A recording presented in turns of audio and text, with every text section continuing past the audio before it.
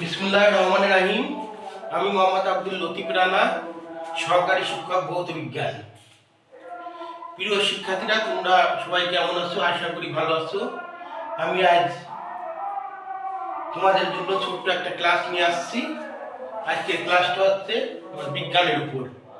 যারা 6, 7, 8, 9 এর বিজ্ঞান বিষয় পড়বে তাদের জন্য আশা করি অনেক উপকৃত হবে এই বিষয়টা দেখলে।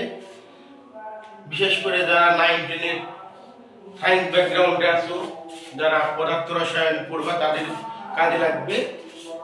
সবাই মনোযোগ সহকারে এই ক্লাসটা দেখো, আশা করি শিক্ষার্থীরা উপকৃত হবে। আজ আমার আলোচনার বিষয় হচ্ছে একসাথে বিজ্ঞানের বিভিন্ন ধরনের একক আমরা জেনে নিই, মানে বিজ্ঞানের বিভিন্ন ধরনের একক জানবো। প্রথমটাই হচ্ছে আমার তাপমাত্রার একক, এটা হচ্ছে কেলভিন। আর ক্ষমতার একক হচ্ছে ওয়াট, রোদের একক হচ্ছে ওহম, তড়িৎ প্রবাহের একক হচ্ছে অ্যাম্পিয়ার বা বিদ্যুৎ প্রবাহের একক হচ্ছে অ্যাম্পিয়ার, বলের একক হচ্ছে নিউটন, সময়ের একক সেকেন্ড, ভরের একক কিলোগ্রাম, ক্ষেত্রফলের একক বর্গমিটার। এর আগে আমরা যখন বর্গ সেন্টিমিটার হতে পারে, আয়তনের একক ঘনমিটার, এটা ঘন সেন্টিমিটার হতে পারে, ঘন লিটার হতে পারে, এটা আর কি। সমুদ্রের গভীরতার একক হচ্ছে ফ্যাথম, চাপের একক হচ্ছে প্যাসকেল।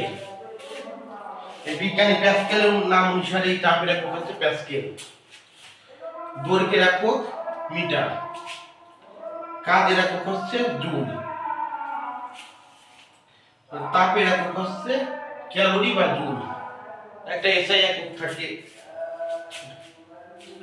আধানের একক হচ্ছে কুলম্ব। এইদিকে আর দুটা লিখছি। বৈদ্যুতিক বিভবের একক হচ্ছে ভোল্ট, তড়িৎ তীব্রতার একক হচ্ছে ক্যান্ডেলা, অর্থাৎ তীব্রতার একক হচ্ছে ক্যান্ডেলা।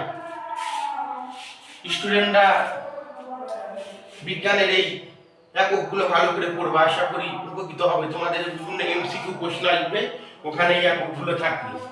এই এককের সাথে তোমাদেরকে যেমন এটা অ্যাম্পিয়ারকে এ দ্বারা বড় হাতের এই ক্যাপিটাল লেটার এ দ্বারা প্রকাশ করা হয়, এইগুলো শিখতে হবে। সেকেন্ডকে এস, কিলোগ্রাম, কেজি, এগুলো শিখতে হবে তোমাদের।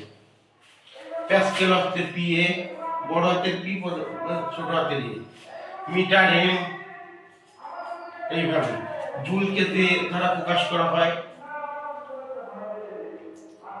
কুলম্ব হচ্ছে সি।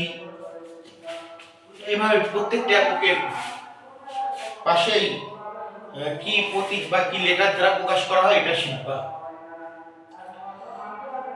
এই কোন লেটার বা কোন অক্ষর দিয়ে প্রকাশ করতে হবে এটা বিজ্ঞানের বিভিন্ন বইয়ে দেওয়া আছে।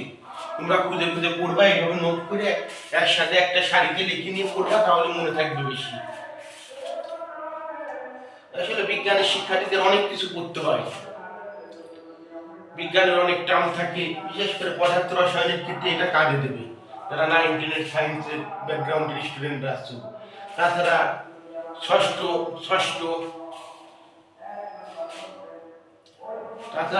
সপ্তম এবং অষ্টম শ্রেণীর শিক্ষার্থীদেরও কাজে লাগবে। যারা 9, 10 বিজ্ঞান সাবজেক্ট আছে তাদেরও কিছু কাজে লাগবে। আশা করি শিক্ষার্থীরা এই এককের বিষয়টা, বিজ্ঞানের যে বিভিন্ন ধরনের একক আছে, এই ক্লাস থেকে কিছুটা হলেও উপকৃত হবে। আমি আজকের ক্লাস এখানে সমাপ্ত করলাম। আল্লাহ হাফেজ।